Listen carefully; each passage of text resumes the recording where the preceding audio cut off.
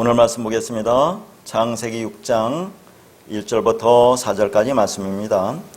사람이 땅 위에 번성하기 시작할 때에 그들에게서 딸들이 나니 하나님의 아들들이 사람의 딸들의 아름다움을 보고 자기들이 좋아하는 모든 여자를 아내로 삼는지라. 여호와께서 이르시되 나의 영이 영원히 사람과 함께 하지 아니하리니 이는 그들의 육신이 됨이라. 그러나 그들의 날은 120년이 되리라 하시니라. 당시의 땅에는 네피림이 있었고 그 후에도 하나님의 아들들이 사람의 딸들에게로 들어와 자식을 낳았으니 그들은 용사라 고대의 명성 있는 사람들이었더라. 자, 본문 말씀 가지고 오늘의 세 번째 말씀을 보도록 하겠습니다. 오늘은 4절을 중심으로 말씀을 볼 텐데요. 4절에는 네피림과 용사와 명성 있는 사람들이 나옵니다. 자, 이게 과연 무엇을 의미하느냐 하는 거죠. 우리가 지금까지 앞에서 본 말씀은 이 땅에 오는 모든 사람은 육신을 입고 온다고 했어요. 그게 율법적인 본성을 가지고 온다고 했죠. 그런 것을 표면적 유대인이라고 했습니다. 그러니까 내가 율법이니까 당연히 사람의 딸들이 아름다움을 취할 수밖에 없어요. 율법을 취할 수밖에 없습니다. 그러니까 그 안에 뭐가 없다고 했습니까? 하나님의 영이 없다고 했어요. 그걸 뭐라고 했습니까? 육신이라고 했죠. 육체, 바사르라고 했습니다. 그래서 오늘 본문에 그 제목이 육신의 사람들 해서 네피림, 용사, 명성 있는 자 이 세 사람을 이제 나오는데, 자, 이런 제목을 가지고 다음 주에도 한번 우리가 더 살펴봐야 될 말씀이 있습니다. 그러니까 여기서 네피림과 용사와 명성 있는 자가, 자, 2절에 보니까 2절이 하나님의 아들들이 사람의 딸들의 아름다움을 보고 자기들이 좋아하는 모든 여자를 아내로 삼았죠. 거기에서 나온 자가 네피림입니다. 4절. 그런데 그 구조와 똑같은 것이 4절에도 또 나와요. 4절에도 보니까 하나님의 아들들이 사람의 딸들에게 들어와 자식을 낳았으니 그렇게 되어 있죠. 그러니까 2절과 4절은 같은 구조로 되어 있다 그런 얘기죠.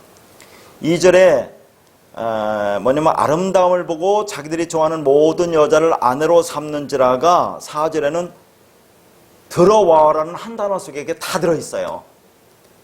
그러니까 2절을 통해서 나온 자가 네피림이고 4절을 통해서 나온 자가 용사와 명성 있는 사람들입니다.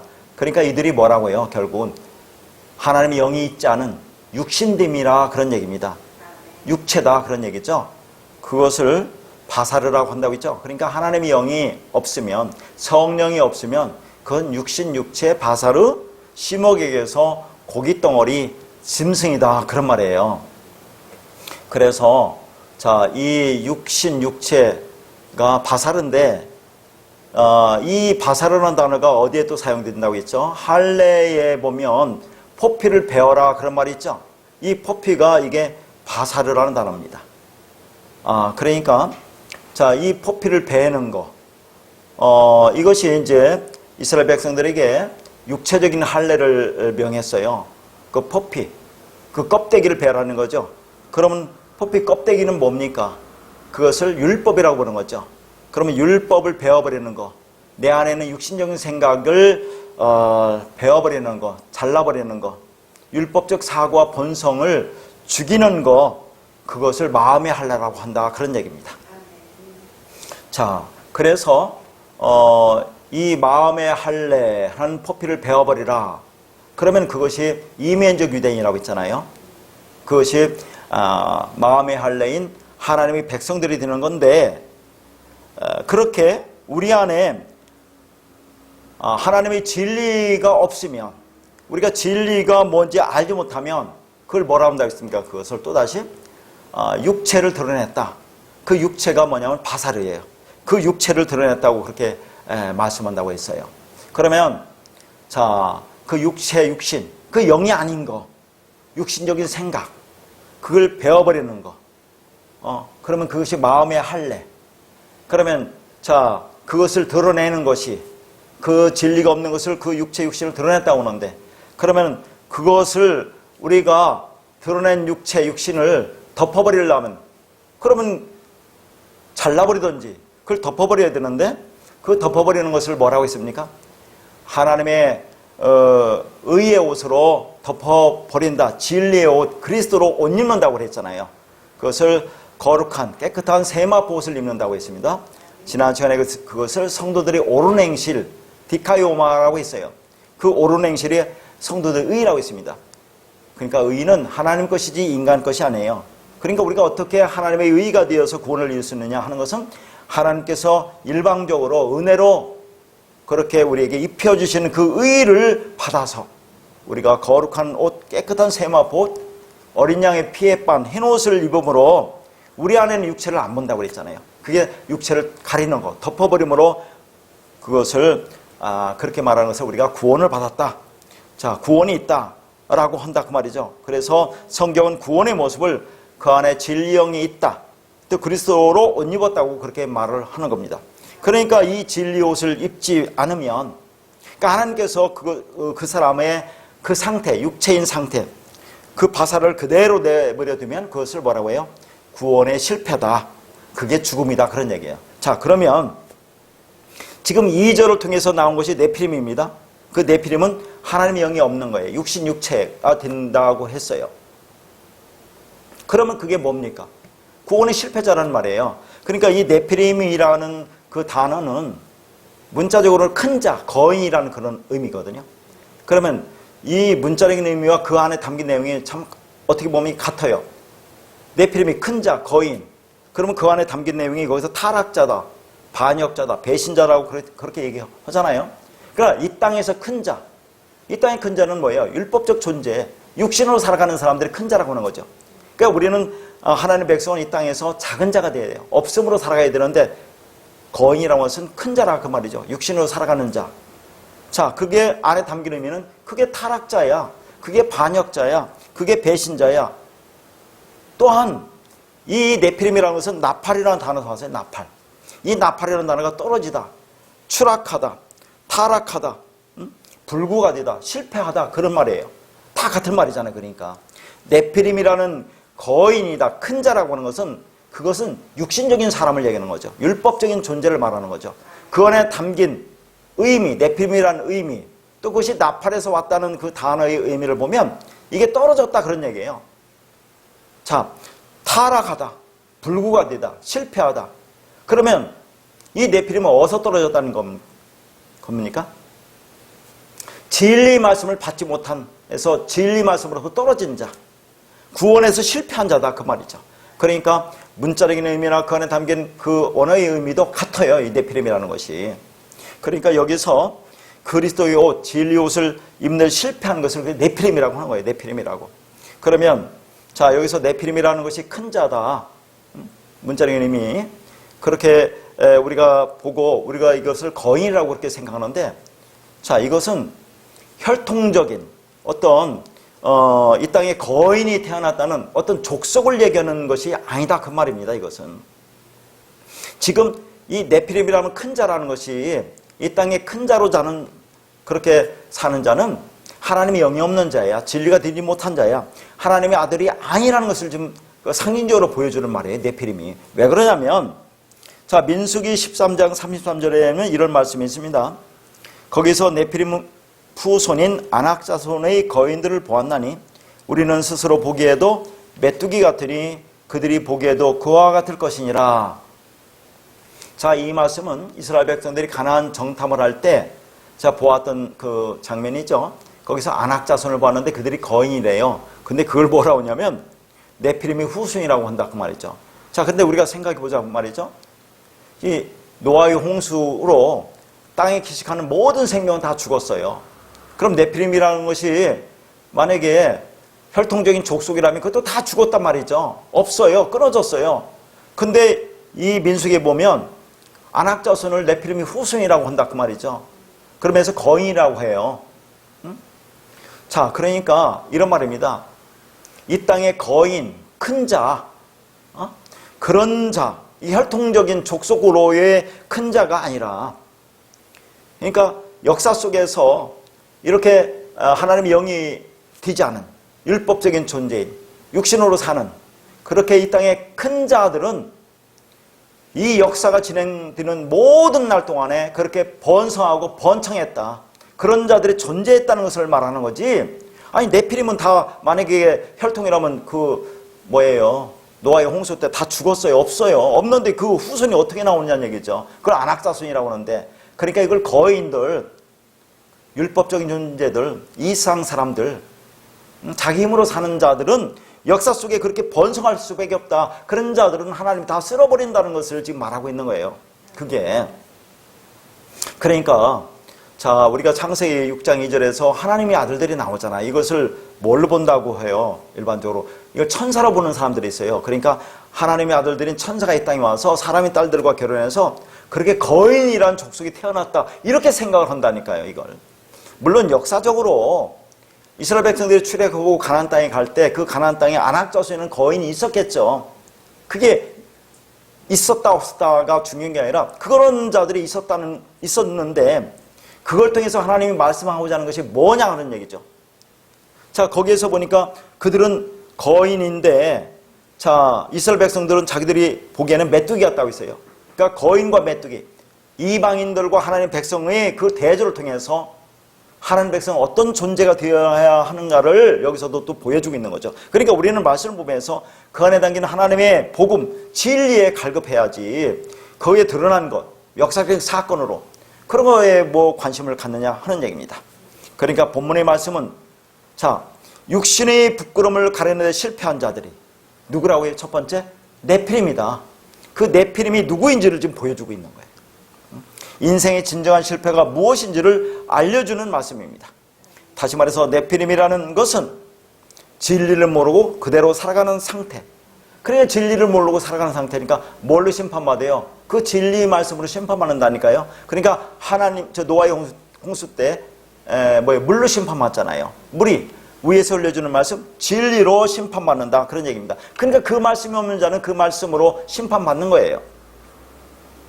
그러니까 하나님의 말씀, 진리가 없으면 그냥 그게 네피림이다 하는 얘기입니다. 하나님의 영으로 인도함을 받는데 그렇게 떨어져 버린 자들, 실패한 자들, 그게 나팔이라고 했죠. 그 자들은 더 이상 하나님의 아들이 아니라는 그런 말입니다. 그러니까 결국 우리가 창세기 6장 1절에 보면 아담과 하와와 그의 후손들이 오래오래 살면서 인구가 기하급수적으로 늘어났다는 그런 말을 하는 게 아니라 하나님 앞에서 인간의 더럽혀진 상태가 이제 가득 찼다. 그 비진리, 율법적 존재들이 가득 찼다. 이것을 보여주고 있는 겁니다. 근데 우리가 한번 생각해 볼 것은 하나님이 그렇게 인간을 그렇게 만들고 이 땅에 보냈어요. 그럼 육신으로 만들고 율법적 존재로 보내서 율법을 취하고 살아가는데 그렇게 그 더러움이 가득 찼다고 그들을 심판한다는 것이 모순되지 않느냐 하는 얘기입니다. 그러니까 이런 말씀 통해서 우리가 보여야 될 것은 그런 수많은 이 땅의 사람 중에 너희는 어떻게 이 말씀을 진리로 깨닫고 그렇게 하나님의 백성이 되느냐를 거기에 관심 있는 거죠.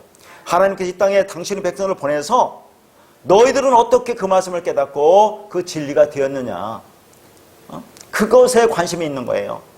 그렇게 되지 않으면 다 죽는 거야. 근데 우리는 하나님의 놀라운 은혜로 이 말씀을 깨닫고 그렇게 하나님의 아들로 완성되는구나. 그래서 그걸 보여주는 것이 노아라는 한 사람이 등장하잖아요. 그러니까 창세기 6장 그 뒤에 보면 노아가 나오면서 뭐라고 나오냐면 하나님께 은혜를 입었다고 나와요. 은혜. 하나님의 은혜를 입어서 온전한 자고 의인이라고 그렇게 나온다니까요. 그러니까 어떻게 노아는 하나님의 은혜를 입느냐는 얘기죠. 우리가 어떻게 의인이 되고 온전한 자가 되느냐는 얘기죠. 하나님의 그 사랑, 그 진리, 그 은혜를 우리가 어떻게 입었느냐, 그것을 말하고자 한다 그 말이에요. 성경엔 우리한테 너희들은 어떻게 그렇게 그 말씀을 알게 되었는지 거기에 관심이 있다 그 말이죠. 그러니까 본문 말씀은 창세기 6장 1절부터 4절 말씀은 이제 홍수 심판이 임하거든요. 곧 있으면 그 근거를 얘기하는 거예요. 왜 하나님은 홍수 심판을 이 땅에 보내야 되느냐, 그 근거를. 그러니까 여기서 네피림과 용사와 명성 있는 사람들을 등장시키는 거예요. 그러면서 그들이 하나님의 아들들과 사람의 딸들의 아름다움을 취해서 나온 자들이라고 하면서 그들 동시에 그런 자들이 네피림이고 용사고 명성 있는 자들이면서 동시에 그런 자들은 당연히 율법을 취하면서 율법적으로 살아갈 수밖에 없어. 그러니까 그게 육체야. 하나님의 영이 없어. 그런 자를 내가 다 쓸어버리겠어? 근데 너희들은 어떻게 다 이걸 알아들었니? 그게 하나님의 은혜야? 그래서 너희가 의인이고 온전한 자야? 이게 얼마나 엄청난 일이냐 하는 겁니다. 그러니까 거듭거듭 얘기지만 하나님의 은혜와 구원에서 실패자로 드러나게 되는 네피림의 그 문제가 뭐예요? 그 영이 없다는 거. 하나님의 영. 하나님의 영은 하나님의 말씀. 그 말씀이 없다는 것이 문제다 그 말이죠. 그래서 이제 5장에 노아가 위로자로 나오잖아요. 위로하다. 나함이란다는데 여기서는 인칭 대명사가 메나햄이라고 있어요. 위로자. 그것이 신약에서 파라클레토스라고 있죠. 보혜사, 성령, 진리영, 그리스도영. 자, 그게 위로자예요. 위로자. 왜 위로가 되는 겁니까? 성령이 보혜사로 파라클레토스로 우리 옆에서 그 말씀을 주어서 우리를 그 하나님의 진리를 주어서 우리를 하나님의 백성으로 만들어내잖아요. 그게 진정으로 우리에게 위로가 된다 그 말입니다. 그러니까 이런 것은 네가 어떤 상황이 있다 하더라도 하나님은 항상 너와 함께 하신다. 그래서 그런 하나님이 나와 함께 하니까 너가 얼마나 위로가 되겠니? 라는 그런 위로가 아니란 얘기죠. 그럼 하나님 우리가 어떻게 항상 함께 합니까? 하나님은 영이신데 진리인데 그것은 결국 진리 말씀을 우리 안에 주어서 주면 네가 하나님 백성이 되면 하나님이 네 안에 네가 내 안에 있으면 그게 하나님의 위로가 되는 거죠. 내 생명이 되는 거니까. 그러니까 진정한 위로는 그 사람에게 진리 말씀을 흘려주어서 영원한 생명을 주시는 겁니다. 한마디로 구원을 말하는 거죠. 그래서 메나햄, 파라클레토스, 진리영, 보혜사, 그리스도의 영, 성령인 하나님의 진리 말씀이 내게 임하여 나를 생명으로 살리면 그게 진정한 하나님의 위로가 된다는 거죠. 그러니까 우리가 하나님을 만났다는 말은 뭐예요? 하나님을 우리가 어떻게 만납니까? 영이신 하나님을, 하나님이라는 말씀이 우리 안에 들어온 거, 그 마음 그 사랑 진리가 우리 안에 있다는 거, 내가 그것을 알았다는 거, 그 말씀에 내가 눈이 떴다는 거, 그러면 내가 하나님을 만나는 거죠. 연합되는 거죠. 하나가 되는 거죠. 그렇게 하나님은 보이지 않는 소망을 얘기하잖아요. 보이지 않는 소망을. 그런데 인간들은 그 보이지 않는 소망을 보이는 소망으로, 문자로, 육체로, 표면적으로, 형식적인 것으로, 율법적으로 그렇게 해석을 하고 있습니다. 그걸 뭐라고 해요? 지금 그게 하나님 앞에서 죄악으로 가득한 상태다 하는 것을 말하는 거예요. 그 진리가 없으니까 그렇게 할 수밖에 없다는 거죠. 그러니까 3절에 나의 영, 하나님의 영이 영원히 사람과 함께 아니하는 상태가 되면 그게 뭐라고요? 네피림이 된다. 자, 그런데 아까도 얘기했지만 그 네피림과 같은 부류가 뭐라고요? 4절에 용사와 명성 있는 사람들. 왜 그렇다고 있어요? 2절과 4절이 같은 구조라고 있어요. 하나님의 아들들이 사람의 딸들의 아름다움을 보고 자기들이 좋아하는 모든 여자를 아내로 삼는지라. 4절은 하나님의 아들들이 사람의 딸들에게 들어와 자식을 낳았으니 똑같은 거예요. 그렇게 되니까 뭡니까? 그게 네피림이 되고 용사와 명성 있는 사람들, 하나님의 영이 없는 사람들, 육체가 된다 하는 것을 말하는 거죠. 여기서 이제 용사라고 하는 것은 깃보르라는 단어예요. 깃보르. 그 깃보르는 자기 힘을 믿는 강한 자예요. 그러니까 자기 힘을 믿고 자기 경험을 믿어요. 그 다음에 자기 생각을 의지하죠. 그래서 하나님도 그렇게 믿어요. 자기 생각대로, 자기 방식대로. 자, 내가 생각하는 것이 옳다고 생각하면서 하나님의 말씀도 당연히 그렇겠지. 그 말씀을 율법적 선악 구조로 보면서 하나님도 당연히 이렇게 말씀하고 있지. 그렇게 믿는 거. 그게 깃보르예요. 그게 자기 힘을 믿는 강한 자. 그걸 뒤에 보면 용맹이라고 하거든요. 불굴의 정신. 그런 자들은 아무리 진리를 말해줘도 그게 먹히질 않아요. 불굴의 정신을 갖고 있어요. 자기 말이 옳다는 그런 내용도 있어요. 자, 그런데 이 깃보르 용사와 또 거기서 같은 의미가 명성 있는 사람들이라고 했죠. 이 명성 있는 사람들에서 명성이 하셴이에요. 하셴. 하는 정관사고 셴은 이름입니다. 제가 성경에서 이름은 진리라고 했죠. 어떤 때 하나님의 이름 하면 그 하나님의 말씀 진리라고 했어요. 근데 여기는 그 이름을 가진 자들이라고 했어요. 그 이름. 자, 그 이름이 어떤 이름이겠어요? 육적인 이름을 말하는 겁니다. 짐승으로서의 자기 이름을 말하는 거죠. 육적 존재로 사는 사람들을 말하는 겁니다. 그러니까 우리가 이사야서에 보면 여호와의 이름으로 불려지는 자들이 나오잖아요. 그럼 여호와의 이름으로 불려지면 그게 여호와가 되겠죠. 그리스도가 되겠죠. 그들과 반대되는 개념이 명성 있는 자들이라 그런 얘기입니다. 하나님의 구원의 은혜에 있지 않은 영원한 생명에 들어가지 않은 자들, 그 자들이 명성 있는 자들이에요. 그러니까 여기서 명성 있는 사람들이라고 하는 것은 세상적으로 유명해졌다는 말이 아니에요. 하나님의 이름이 아닌 자기 이름을 갖고 있었다는 거죠. 하나님 이름이에요. 하나님 말씀 진리를가 아니라 자기 이름, 율법적인 이름, 육체적인 이름, 율법을 갖고 있는 자, 그게 명성 있는 자들이니까요. 자기 이름을 가진 자들. 다시 말해서 구원을 받지 못한 여호와의 이름으로 불려지지 않는 자들, 그게 명성 있는 자들이다. 그러니까 하나님의 이름이 아닌 육적인 이름, 바사르, 육신이라는, 짐승이라는 이름으로 존재하는 사람들을 말합니다. 그러니까 우리가 여호와의 이름으로 불려져야 해요. 이사야서 분명히 그렇게 말합니다.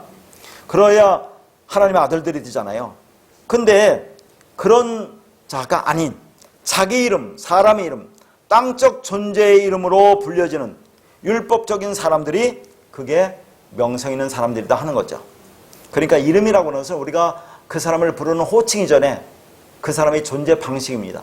존재 자체, 존재 가치, 존재 이유가 되는 거예요. 그러니까 이름이 중요한 거죠. 자, 그러니까 우리는 어떤 이름을 가질 것이냐가 중요합니다. 하나님 이름을 가질 것이냐, 내 이름을 가질 것이냐, 그런 얘기죠. 그러니까 그 진리 말씀이 없는 자를 우리가 바사르라고 부르는 것은 진리가 없으면 전부 다 짐승이다 하는 얘기를 계속해서 하는 겁니다. 그러면 하나님은 지금 여기서 뭐라고 하는 거죠? 그렇지 않으면 다 쓸어버릴 거예요, 홍수로. 그러면 너희들은 어떻게 구원을 받을래? 그럼 그 말씀, 그 영이 있어야 되는 거죠. 그러려면 어떻게 됩니까? 하나님의 은혜를 입어야죠. 노아처럼. 그것을 말하고 있는 거죠. 그래서 우리가 생각해 볼 때 왜 하나님은 아브라함을 아브라함으로 이름을 바꿔줬는지, 왜 야곱을 이스라엘이라는 이름으로 바꿔줬는지를 생각해야 된다니까요. 그러면 왜 이삭은 이름을 안 바꿔줍니까? 왜 이삭은 이름을 안 바꿔줘요? 이삭은 예수의 모형이에요. 이삭은 예수의 모형으로 그 자체가 죽었어요. 그거 완성됐기 때문에 그 이삭은 안 바꿔주는 거예요. 예수의 모형으로 왔기 때문에. 그러니까 아브라함이 아브라함으로 바꿔주는 거. 뭐예요? 율법의 성전이 뭐예요? 은혜와 국률과 사랑과 진리의 성전으로 바꿔주잖아요. 자, 이것을 우리는 생각해야 된다는 얘기죠.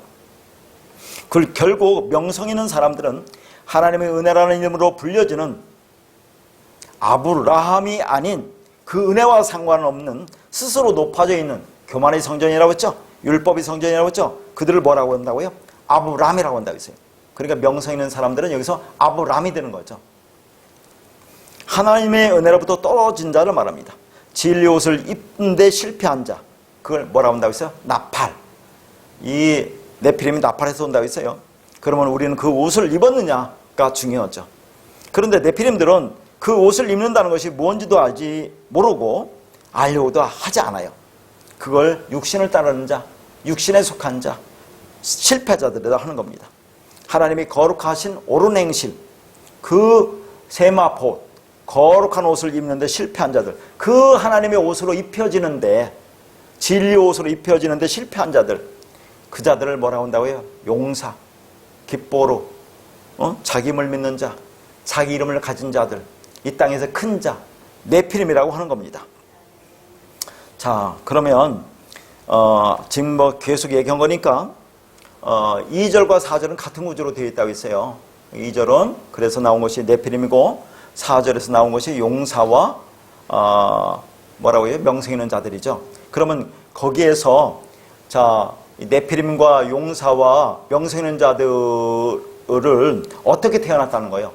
그러면 4절로만 보면 자, 그들이 어떻게 나왔다는 겁니까? 하나님의 아들들이 사람의 딸들에게 들어가서 생겨난 자들이에요. 그래서 여기서 중요한 것이 들어와.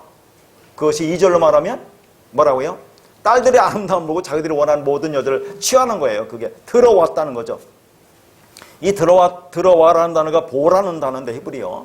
이거 여러 번 얘기했죠. 어디서 얘기했냐면 창세기 2장에 보면 하나님이 그 짐승들을 만들잖아요. 그 만든 짐승들을 아담에게 이끌어 가시니 그럴 때 이끌어 가다. 그게 보예요. 그게 들어가다. 아담 안으로 들어가는 겁니다. 그럼 아담과 뭐예요? 연합되는 거, 하나가 되는 거죠. 그러면 그가 부르는 자가 뭐예요? 아담이라는 이름, 그리스도라는 이름이 된다고 했잖아요. 그게 들어가다, 연합, 하나가 되는 거예요. 또 어디서 말했습니까? 자, 우리 이제 곧 나올 텐데 노아의 방주 안으로 노아의 가족 8명이 들어간다고 할 때 들어가, 이게 보예요. 그럼 방주, 예수 안으로 들어가죠. 진리와 연합되면 하나 되면 팔로 구원받는 거다 하는 것을 말하는 겁니다. 그리고 시편에 보면 그의 궁정에 들어간다 할 때도 보여요. 그의 궁정, 하나님의 진리 성전으로 들어가면 그 진리가 되는 거 아닙니까? 그 다음에 이제 우리가 또 계속해서 보았던 거, 아브람이 여종인 하갈로 들어갈 때, 아브람이 하갈로 들어가면 종, 율법으로 들어가니까 뭐가 나온다고요? 연합되니까 육체가 나온다고 했잖아요. 이스마엘이 나온다고 했어요. 다 그러니까 이게 들어간다, 이 들어와라는 단어는 그렇게 중요한 거예요. 들어와라. 하나됨, 연합됨.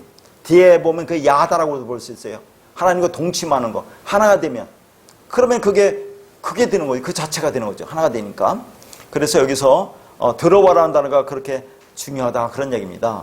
자, 그러면 우리가 또 한번 생각할 것은 지금 창세기 6장 1절부터 4절 하나님으로부터 쓸어버림을 당할 자들인 그 네피림이라든가 용사라든가 명성 있는 사람들, 이건 진리가 없는, 하나님의 영이 없는 그 상징적인 그 의미가 담겨 있어요. 이들이 실제 존재했다. 그 네피림이라는 거, 아까 거인이라는 족속이라고 있는데 그것을 혈통적으로 존재했는지 우리는 알 필요가 없어요. 그 안에 담긴 하나님의 뜻을만 보면 되죠.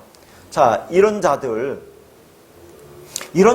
지금 보면 자기들이 좋아하는 그 딸들의 아름다움을 보고 자기들 좋아하는 여자들 다 아내로 삼고 취하고 들어가서 연합돼서 하나가 되는 자들이면서 그렇게 되어서 나온 자들이 또 네피림이고 용사고 명성 있는 사람들인데, 왜 이들은, 우리가 생각해 보고서는 왜 이들은 그렇게 율법을 보면 그것을 율법을 아름답게 볼까?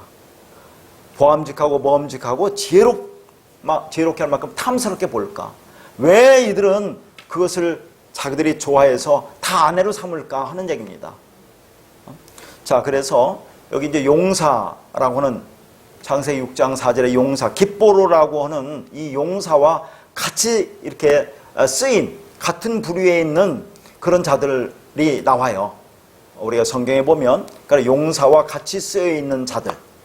자, 그들이 어떤 자들인가를 보면서 왜 이들은 이렇게 율법에 대해서 그렇게 보암직하고 모험직하고 지혜롭게 할 만큼 탐스럽게 보고 그렇게 열광하는지, 왜 그걸 좋아해서 자기들을 아내로 삼으려고 하는지가 나옵니다. 근데 그 중에서 네피림과 용사와 명성 있는 사람 중에서 이 용사와 같이 쓰여 있는 같은 부류의 사람들이 내용을 보면서 그 의미를 다시 한번 좀 보자 하는 얘기죠. 자, 그것이 에레미야 9장 23절에서 26절까지 말씀입니다. 여호와께서 이와 같이 말씀하시되 지혜로운 자는 그의 지혜를 자랑하지 말라. 용사는 그의 용맹을 자랑하지 말라. 부자는 그의 부함을 자랑하지 말라. 자랑하는 자는 이것으로 자랑할지니 곧 명철하여 나를 아는 것과 나 여호와는 사랑과 정의와 공의를 땅에 행하는 자인 줄 깨닫는 것이라. 나는 이 일을 기뻐하노라. 여호와의 말씀이니라. 여호와의 말씀이니라. 보라, 날이 이르면 할례받은 자와 할례받지 못한 자를 내가 다 벌하리니 곧 애굽과 유다와 에돔과 암몬 자손과 모압과 및 광야에 살면서 살적을 깎은 자들에게라. 무릇 모든 민족은 할례를 받지 못하였고 이스라엘은 마음의 할례를 받지 못하였느니라 하셨느니라.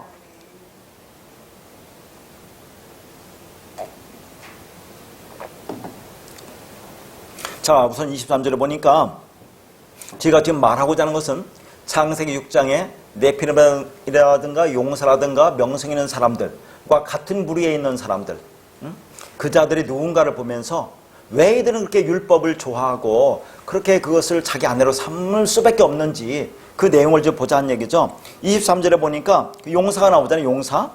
용사가 깁보로입니다.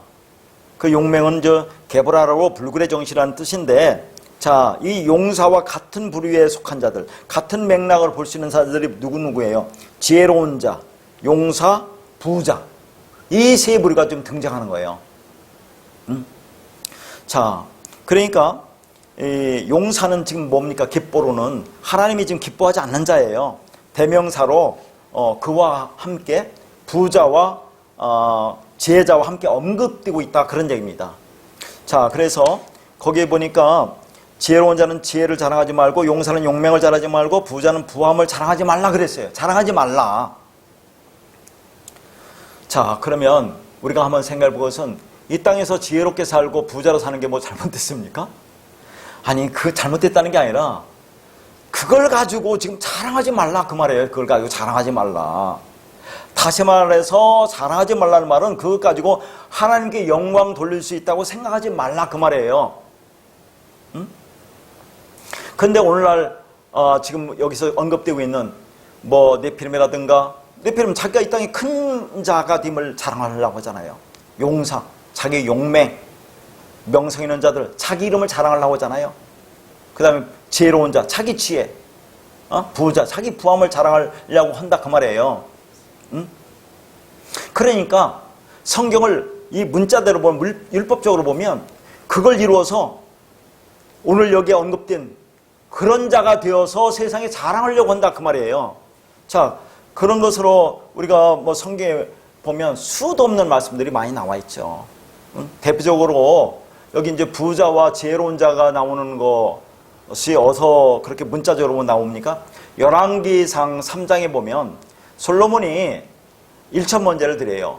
그러니까 하나님이 꿈에 나타나서 내가 너에게 무엇을 줄까? 그러니까 이 백성을 다스릴 수 있는 지혜를 달라고 하죠. 그러니까 하나님 뭐라 합니까? 너는 부도 장수도 구하지 않고 어떻게 지혜를 구하니? 내가 지혜와 총명뿐 아니라 네가 구하지 않은 무엇도?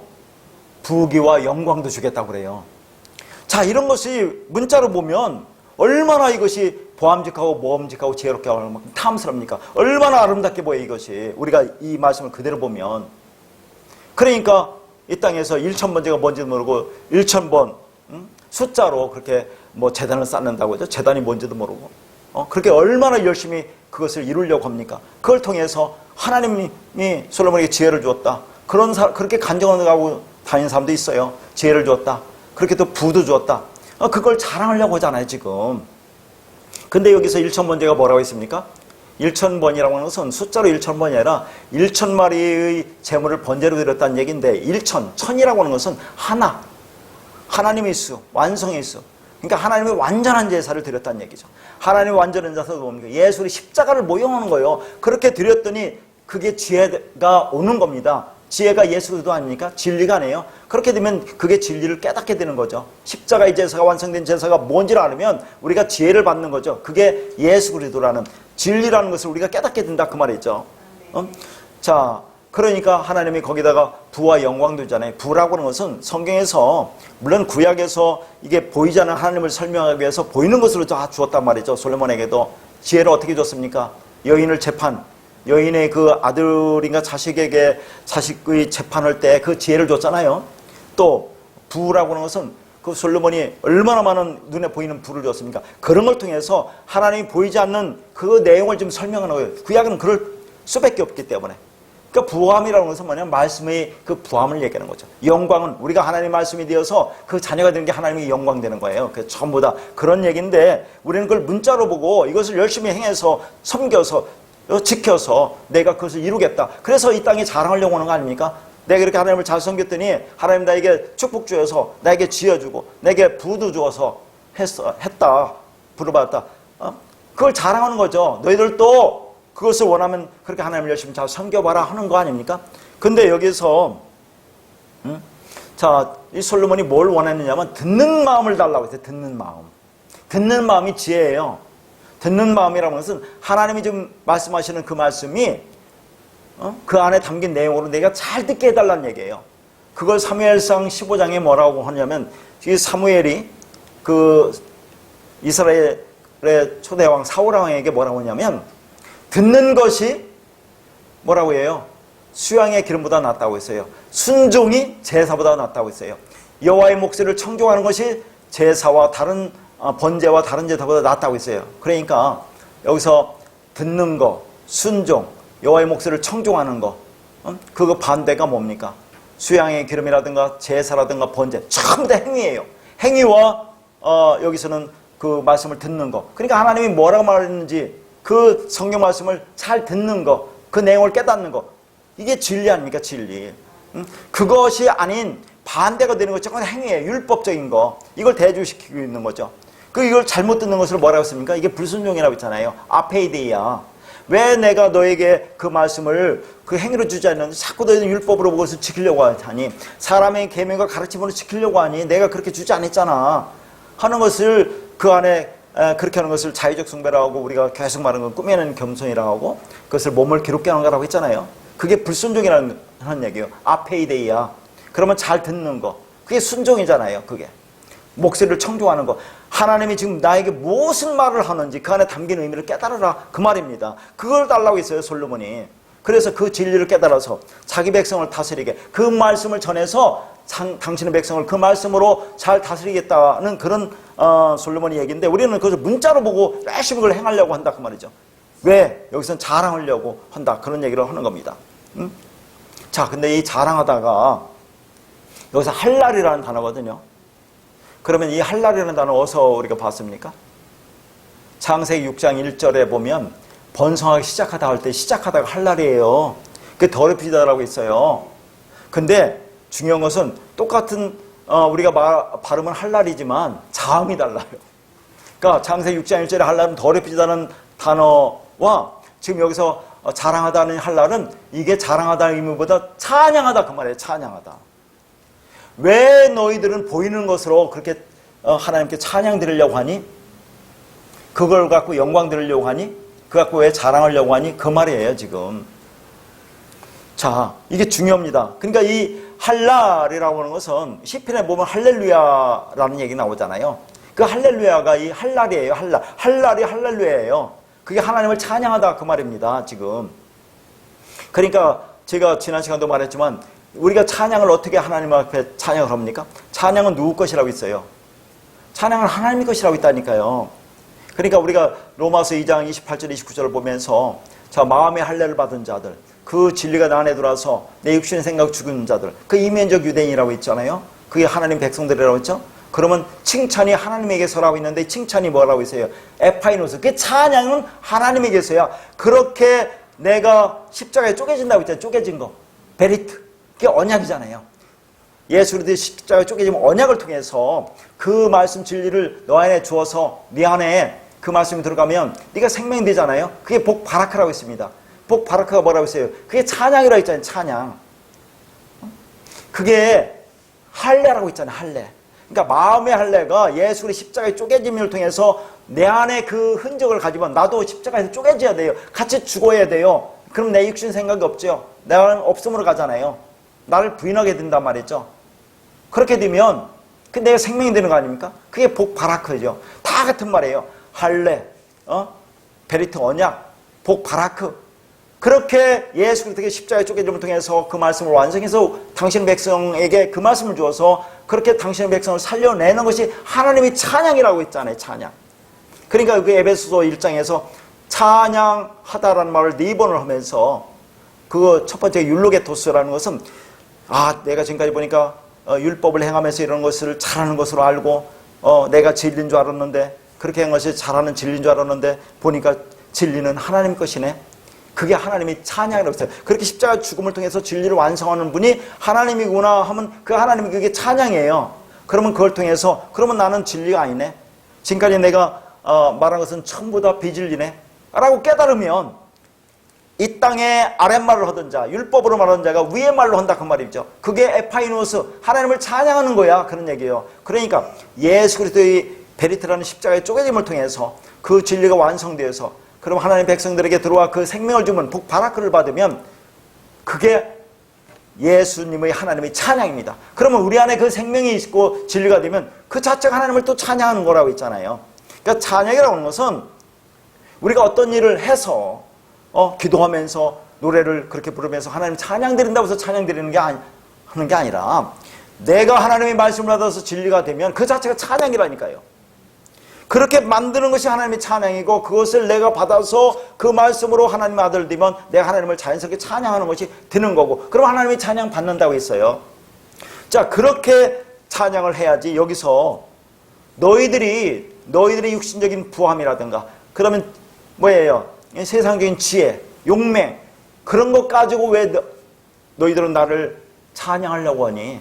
그게 찬양이 아니라 그 진리가 들어와서 그 생명이 되면 그 자체가 찬양이야 라는 그 말이에요. 지금 여기서 디지 못하면 안 돼요. 그래서 우리가 창세기 5장 보면 이 찬양하다라는 그 단어를 가진 그 사람이 한 사람 나오죠. 누구예요? 마할랄렐. 이게 할랄이라는 어근을 가진 그 단어거든요. 그러니까 창세기 5장에 그 예수의 계보에 들어가는 사람들이 그 진리가 되니까 이게 찬양이라는 단어가 그 사람 이름 중에 한 사람 나온다니까. 그게 찬양이야. 그럼 찬양하려면 우리가 어떻게 합니까? 진짜로 우리가 이제 이 땅에서 찬양하잖아요. 그럼 손을 펴고 찬양하잖아요. 손을 편다는 건 뭡니까? 내가 아무것도 안 갖는다는 거죠.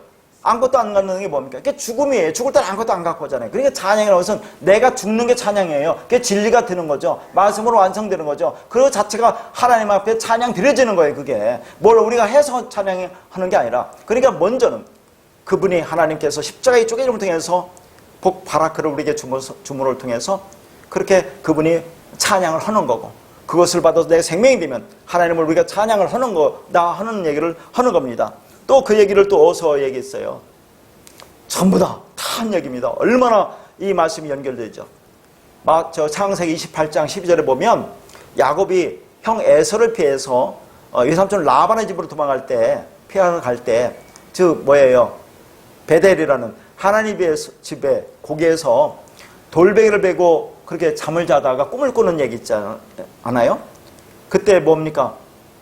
사닥다리가 땅에서부터 그 사닥다리 꼭대기가 하늘에 닿았다고 있죠? 그 위에 하나님의 사자들이 오르락내리락 한다고 있어요.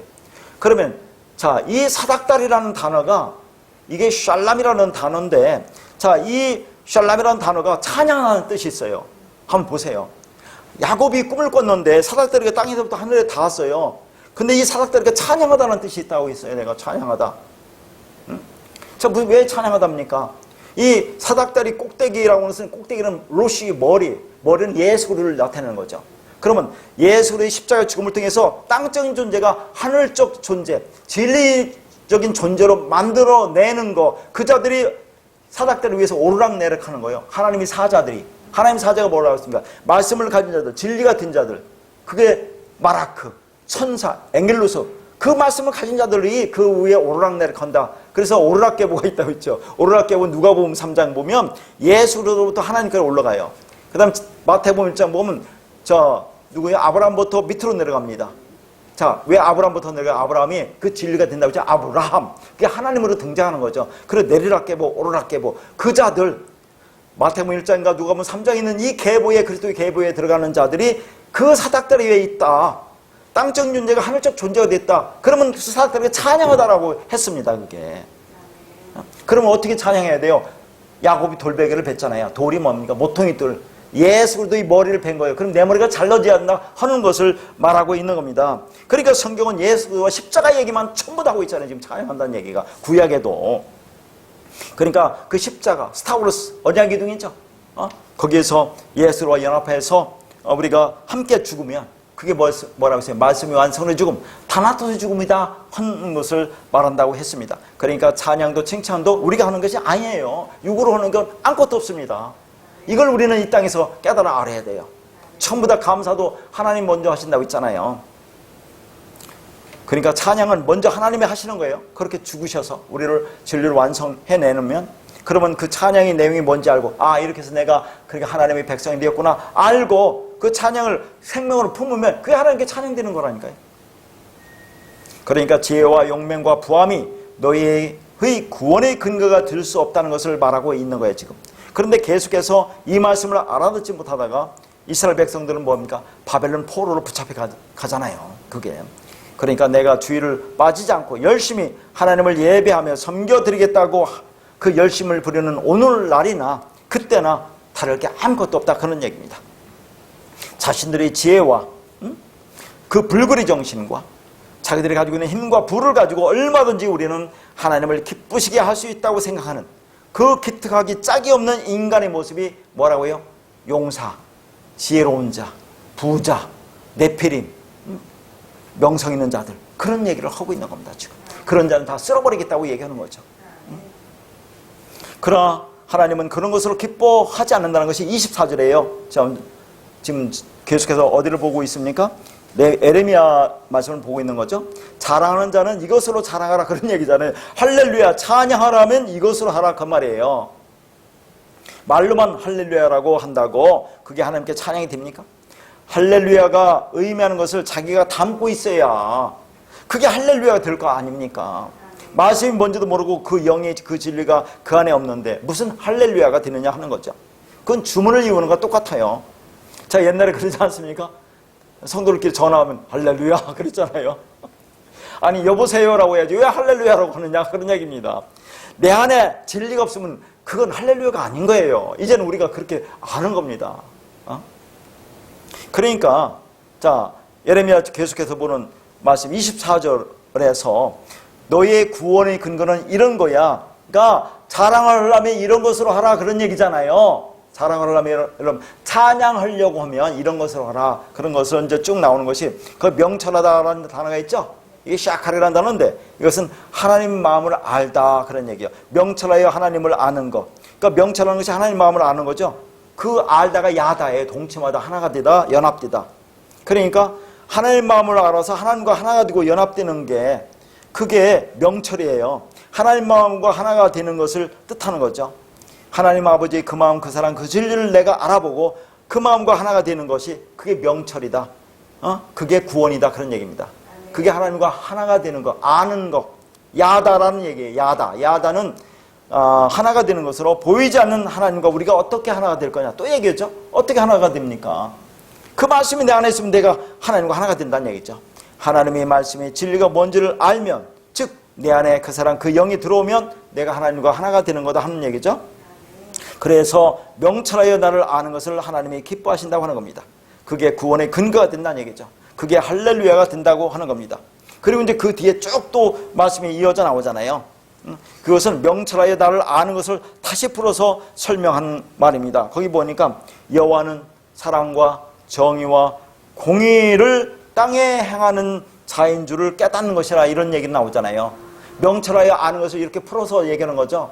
사랑, 정의, 공의를 땅에 행하는 자인 줄을 깨달아 알아라. 하나님은 이 사랑이 뭐냐면 헤세드라는 거잖아요. 헤세드인데 일반적으로 이제 사랑, 우리가 호세아 보면 인애, 은혜, 또 자비, 긍휼 이런 뜻이에요. 자, 그런 뜻이고 정의라는 것이 뭐냐면 이게 미슈파트라는 단어인데 여기 정의와 공의가 헷갈리잖아요. 한글은 정의로 써놓고 공의로 써놓는데 그럼 원문을 안 보면 무슨 말인지 몰라요. 원어를 안 보면. 이 미슈파트라는 단어가 정의라는 것으로 여기 써있고 공의가 이제 체다카라는 걸로 있는데 이 미슈파트라는 건 뭐냐면 하나님의 심판이 기준이 되는 그 말씀 그 율법 안에 담긴 그 진리의 말씀을 미슈파트라고 하는 거예요. 이게 여기서는 정의라고 그냥 번역한 것이고 공의라는 것은 체닥한데 우리가 말하는 의, 하나님의 의, 그걸 공의라고 여기서 이제 번역했죠. 이 하나님의 의는 어떻게 무슨 의미입니까? 이 하나님의 의. 이 하나님의 의가 우리가 안에 들어와야 내가 하나님의 의가 돼야 내 구원을 받아요. 내가 진리가 되는 거예요. 그러니까 하나님의 의는 우리가 이룰 수 있는 게 아니라 하나님이 거저주시는 거죠. 자, 그래서 어떻게 의자, 하문의 의자가 어떻게 됩니까? 나, 아, 자 위에 양, 어린 양이 위에 올라가 있는 것이 우리의 의라고 있어요. 나라는 존재, 내 손에, 나 자가 손에 창을 들고 있는 게 나 아닙니까? 나의 유익을 해서 누구라도 내가 그렇게 공격하겠다는 그런 자가 난데 그 위에 어린 양의 피로 덮어버리면 그게 우리가 의가 된다니까요. 그게 그리스도의 옷으로 입었다고 하는 거죠. 거룩한 옷으로 입었다고 하는 거죠. 세마포스를 입었다고 하는 거죠. 그게 성도의 옳은 행실. 그러면 너희가 의로운 존재가 되는 거야 라고 얘기하는 거예요. 그러니까 이 의, 체데카라고 하는 것은 우리가 이 땅에 육신으로 오잖아요. 율법적 존재로 오죠. 죄인으로 오죠. 그걸 덮어버리는 거죠. 어린 양의 십자가의 죽음을 덮어버리면 그게 우리가 의로운 존재가 되는 거야. 그게 세마포스를 입다고 했잖아요. 지난 시간에. 그게 성도의 옳은 행실이라고 했어요. 자, 그리스도 옷으로 입는다. 진리 옷으로 입는다라는 거죠. 자, 그렇게 여호와께서는 사랑과 정의와 공의를 땅에 행하여 행하는 자임을 깨달아라. 땅에 행하다. 이게 땅은 뭐겠어요? 이제 우리잖아요. 우리 땅, 육체, 짐승, 바사로인 우리 안에 행하다가 아사란다는데 자, 이 창세기 1장에도 행하다는 이 아사가 나옵니다. 이게 창조하다는 뜻도 있는데 창조하다, 만들다, 티다, 이루어지다 있는데 이게 일하다, 섬기다라는 뜻도 있어요. 아사가. 그러니까 이런 말입니다. 하나님의 사랑과 정의와 공의를 우리 안에 행해요. 행한다는 것은 그렇게 말씀으로 우리를 섬겨서 그 말이에요. 우리를 하나님 아들로 만들어내는 게 아사라 그 말입니다. 그것을 깨달아 아는 거, 그렇게 아는 거, 그것이 하나님의 일이야. 하나님께서 너희를 그렇게 구원하는 거야로 내가 알으면 그게 하나님과 하나가 되는 거예요. 깨닫는 것이 야답니다. 그것이 하나님과 하나가 되는 거다. 그런 얘기를 하고 있는 거다 하는 얘기입니다. 그러니까 하나님의 의로우심으로 네 안에서 내가 일할 거야. 따라서 우리는 하나님의 그 일하심으로 말미암아 쉼, 안식을 얻게 되는 거죠. 나는 섬김을 받으러 온 것이 아니라 그래서 섬기러 왔다고 하잖아요. 뭘로 섬길 건데요? 말씀으로 섬긴다고 하는 거예요. 지금 사랑과 공의와 정의로 우리를 섬겨서 하나님 백성을 만들 거야. 그걸 행하다고 일한다고 한다니까요. 그렇게 하나님 우리 안에서. 그래서 나는 이 일을 기뻐한다고 그죠? 계속 에레미야 말씀입니다. 나는 이 일을 기뻐한다. 이 기뻐하다가 핫패치를 한다는데 이게 기뻐하다가 바라다 원하다 은혜를 베풀다 그런 말입니다. 그렇게 내가 너에게 은혜를 베풀어서 내가 하나님의 백성으로 너희를 만들어내는 것이 나의 바람이야? 나의 원함이야? 그럼 이게 나의 기도야? 그런 말이에요. 이게 신약에서 기도는 프로시코마이라는 얘기잖아요. 자, 그러니까 이 기도라는 것은 너희를 향한 하나님의 마음이 기도예요. 하나님이, 그러니까 기도는 누가 먼저 한다고요? 이것도 하나님 먼저 한다니까요. 참 기가 막혀요. 하나님 먼저 기도를 하는 거예요. 너희를 향한 나의 마음이 뭐니? 내 말을 가진 내 아들을 만드는 것이 하나님의 마음이야. 그게 하나님의 기도라니까요. 성경 전체가 하나님의 기도예요. 그것을 가지고 나도 그렇습니다 라고 대답하면 아멘 하면 나의 기도가 되는 거예요. 하나님이 원함, 바람이 뭔지를 내가 정확하게 알고 나도 그것을 원합니다 라고 하는 것이 우리 기도가 된다 그런 얘기죠. 그러나 하나님의 원함이 뭔지 모르면 우리는 그냥 이 땅에서 용사로 네피림으로 명성 있는 자로 지혜로운 자, 이 땅이 지혜, 이 땅이 부자로 그렇게 사는 거예요. 그게. 그러니까 하나님은 뭐야 지금 이 모든 걸 내가 이루는 거야. 내가 이루는 것을 기뻐하지 왜 너희들이 이루려고 하니? 그런 얘기를 하는 거라니까요. 너희들 육체, 바사르, 고깃덩어리 너희들이 뭘 할 수 있다고 그렇게 너희들이 하려고 하는 일이라고 묻고 있다니까요. 그러니까 창세기 본문이 말씀하고 있는 이 용사는 용맹스러운 자를 말하는 것이 아니라 하나님의 원함이 뭔지 모르기 때문에 겁이 없다는 겁니다. 영원한 생명에 대한 두려움이 없는, 그래서 이 땅의 것으로 만족하면서 사는 짐승들, 고깃덩어리를 말하는 겁니다. 진리를 알지 못하기 때문에 이 땅에서 전부 용사로 살다가 갈 수밖에 없다는 거예요. 그러니까 잘하는 자는 이것으로 자랑하라는 말은 너의 구원의 근거는 나를 아는 것, 야다, 샤칼 그런 말이에요. 그러니까 너희 생각을 버리고 말씀 안에 담겨져 있는 하나님의 뜻과 마음과 생각 안에서 하나가 되는 것이다. 그렇게 하나님을 아는 것이 구원의 근거고 복음이라고 말하고 있는 겁니다. 그러니까 내가 원하는 것이 뭔지를 너희가 알아야 너희들이 나의 사랑과 은혜, 헤세드를 받을 수 있을 거 아니니? 나의 정의인 미슈파트, 그 진리를 품고 내가 나의 공의, 체다카를 통해서 나의 섬김을 받을 것이 아니냐.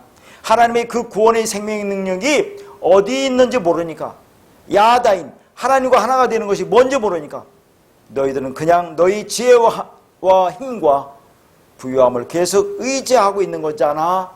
그러면 너희는 죽는 거야를 말씀하고 있는 겁니다.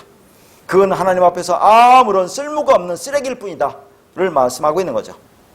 그리고 이 말씀을 계속해서 25절 26절에서 다시 한번 풀어서 설명하는데 뭘로 풀어서 설명해요? 할례로 풀어서 설명합니다. 육체적인 할례와 마음의 할례를 가지고 다시 풀어서 설명하는 거죠. 자, 이것이 어디 나온다고 했어요? 로마서 2장 28절 29절에 나온다고 했잖아요. 육신적 할례와 마음의 할례를 가지고 다시 한번 설명하고 있다 그런 얘기죠. 자, 그래서 거기 쭉 보면 자, 25절에 뭐 벌한다는 것은 징계를 한다는 것을 그렇게 심판하겠다 그런 말입니다.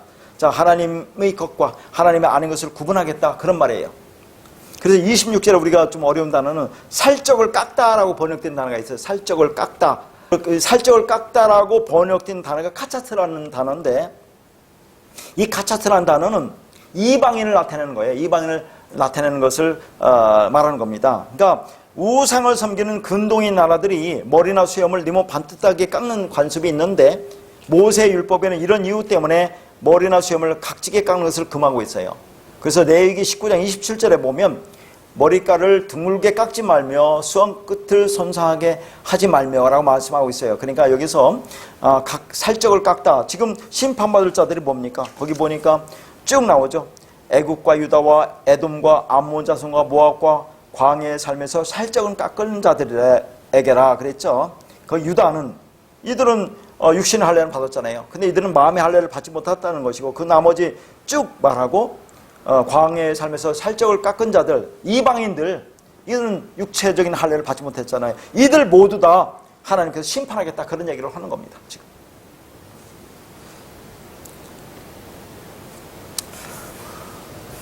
그러니까 이방인들은 뭐 육체적인 할례를 받지 못했고 이스라엘 마음의 할례를 받지 못했는데 이 할례는 하나님의 언약의 표징이죠.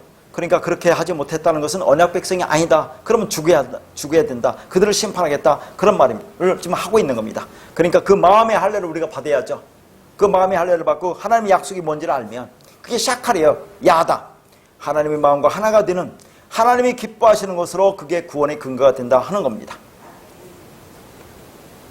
자, 지금 우리가 이게 창세기 6장 1절부터 4절까지 보면서 문자적인 의미와 그 안에 담긴 원어에 담긴 의미를 이렇게 보면 정반대로 해석하고 있지 않습니까?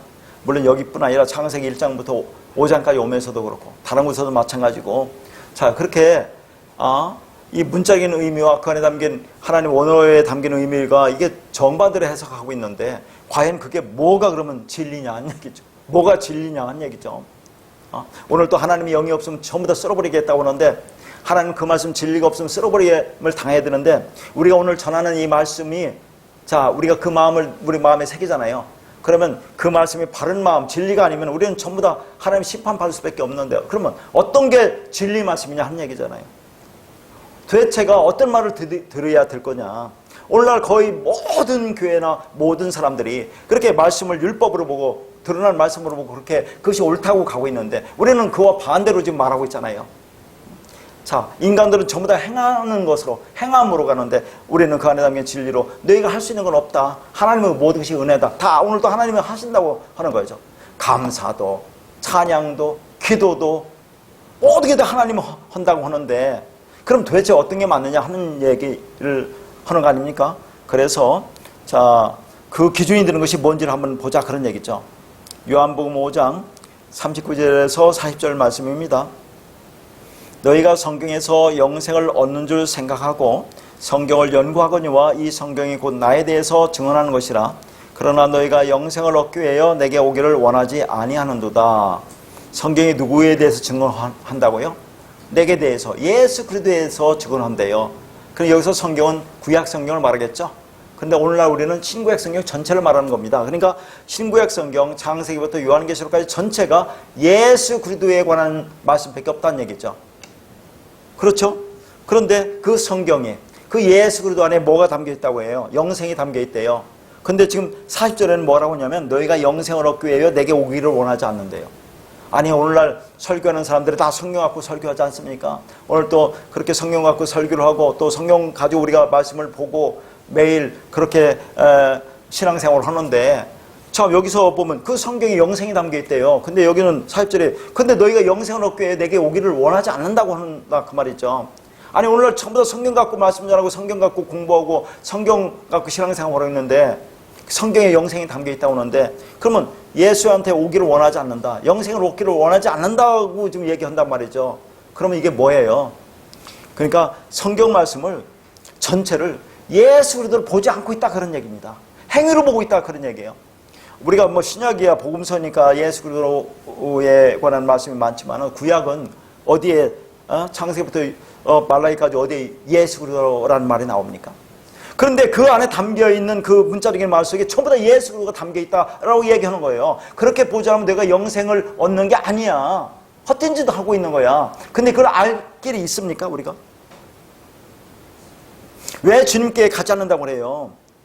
그 안에 담긴 진리 말씀을 깨닫지 못하는 게 예수께로 갈 수 없다 그런 얘기를 하는 겁니다. 그러니까 성경이 말하는 것이 무엇이냐 하면 예수 그리스도를 보면 전부 다 구약도 그럼 그게 뭐예요? 예수께로 가는 거죠. 그게 영생을 얻는 거죠.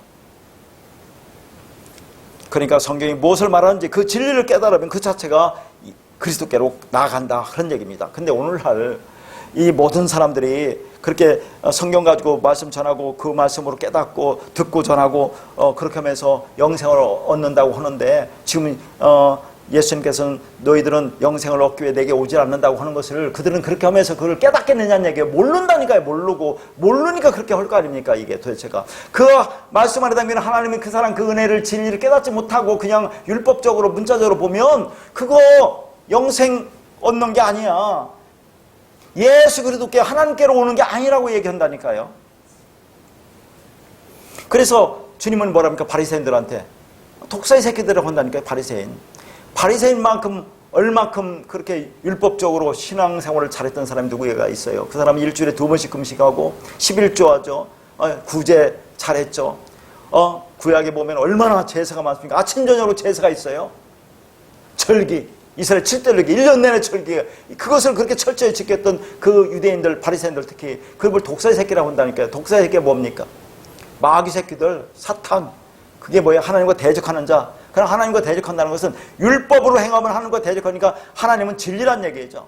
그 말씀을 진리로 깨닫지 못하면 다 율법으로 행하고 있다 그런 얘기죠. 그러면 이스라엘 백성들이 그렇게 열심히 율법을 행하면서 그것이 하나님께 가지 않는다고 그들이 생각합니까?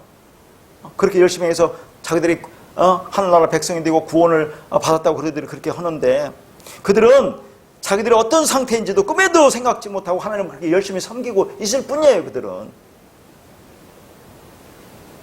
그들이 그렇게 열심히 행했지만 그게 예수 그리스도를 몰랐던 거다 하는 얘기죠. 오늘날도 마찬가지다 하는 거죠. 그러니까 이 기록된 성경 말씀 문자대로 가장 지킨 사람들이 바리새인과 서기관들인데 자, 오늘날 얼마나 열심히 행하고 있습니까? 이걸 왜 모르는지 모르겠어요. 자, 마가복음 7장 6절에서 7절 말씀 보겠습니다. 이르시되 이사야가 너희 이식하는 자에 대해서 잘 예언하였도다. 기록하였으되 이 백성이 입술로는 나를 공경하되 마음은 내게서 멀도다. 사람의 계명으로 교훈을 삼아 가르치니 나를 헛되이 경배하는도다 하였느니라. 이 백성이 입술로는 나를 공경하되 마음은 내게서 멀다고 그렇게 얘기해요. 아니 오늘날 기독교인들이 그 입술만 립 서비스만 해서 하나님 사랑합니다, 하나님 은혜 감사합니다, 하나님 찬양합니다 그렇게 합니까? 자기들은 온 마음을 다해서 그렇게 한다고 하잖아요. 근데 백성 입술만 나를 공경하고 마음은 내게서 멀다고 하는 것이 뭐냐 하는 얘기죠.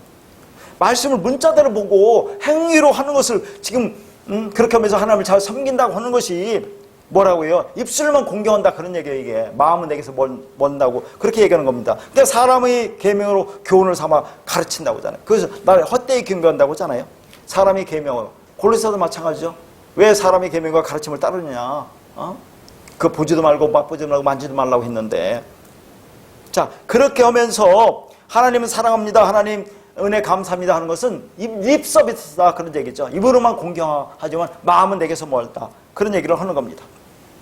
그러니까 성경 말씀이 전부 다 사람의 교훈으로 전락했다는 거죠. 이 하나님의 말씀을 사람이 지키면 자기에게 유익이 될 거라고 생각하고 믿으면서 그 말씀을 지킨다 그런 얘기죠.